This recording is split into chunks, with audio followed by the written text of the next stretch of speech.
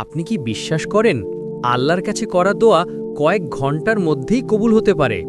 আজকের ঘটনাটা শুনুন। দুপুরবেলা এক অভাবী মানুষ এসে বললেন, হুজুর, 1002 টাকা হবে? খুব সমস্যায় আছি, মাসের বেতন পেলেই ফেরত দিব। আমি বললাম, ভাই, হাতে কিছু নেই, যা ছিল শেষ, তবে আসরের সময় আবার আসেন, আল্লাহ হয়তো ব্যবস্থা করবেন। লোকটা বললেন, আলহামদুলিল্লাহ, তারপর চলে গেলেন।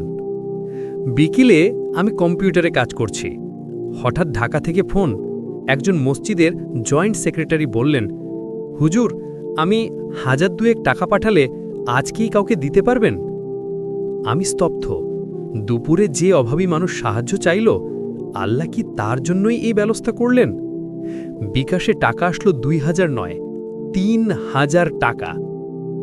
মাগরিবের পর আমি সেই লোকটাকে ডাকলাম, জিজ্ঞেস করলাম, ভাই, টাকাগুলো কি কাজে লাগাবেন?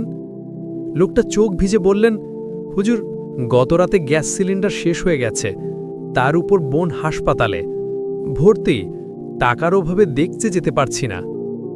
আমি বললাম, আমি না দিতে পারায় পরে কি করলেন? লোকটা বললেন, হুজুর, মন ভেঙে গিয়েছিল, তারপর মালিককে ডেকেছি, বলেছি, মালিক, আমি তো কিছুই পারছি না, আমার পরিবারটার কি হবে?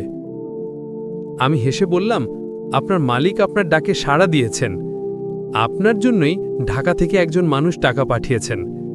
আপনি 2000 চাইছিলেন, কিন্তু মালিক আপনাকে দিয়েছেন 3000 টাকা।